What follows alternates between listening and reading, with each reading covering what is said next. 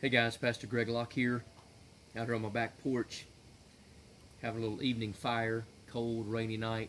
I do this most nights when I'm home. It's kind of therapeutic for me, helps my heart and mind focus, just something that I enjoy personally. But it does remind me where Jeremiah said that his word is in my heart like a burning fire.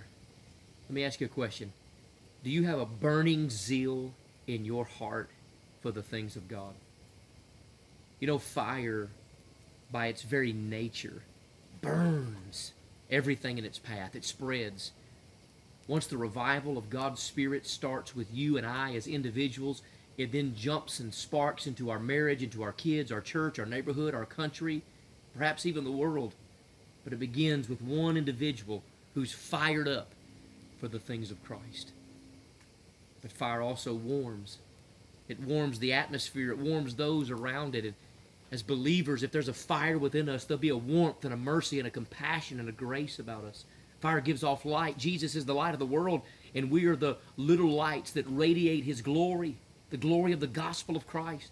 That fire that is within us cannot be contained within us, but it's spiritually combustible. It comes out, if you will.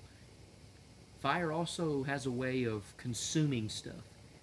And there's a whole bunch of stuff in our life that wouldn't be there if the fire of God would passionately burn within us. It would burn out all the dross and the sin and the disobedience in our life. Fire spreads. It spreads all over the place, and that's what you and I must be as God's people.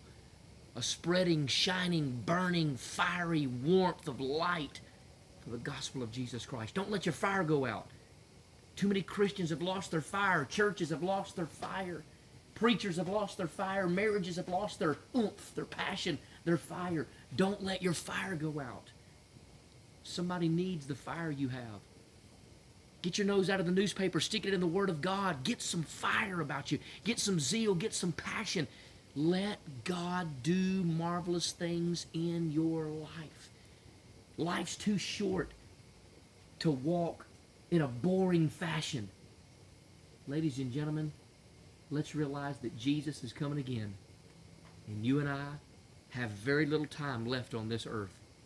Let's get fired up, because somebody needs the fire that's in us.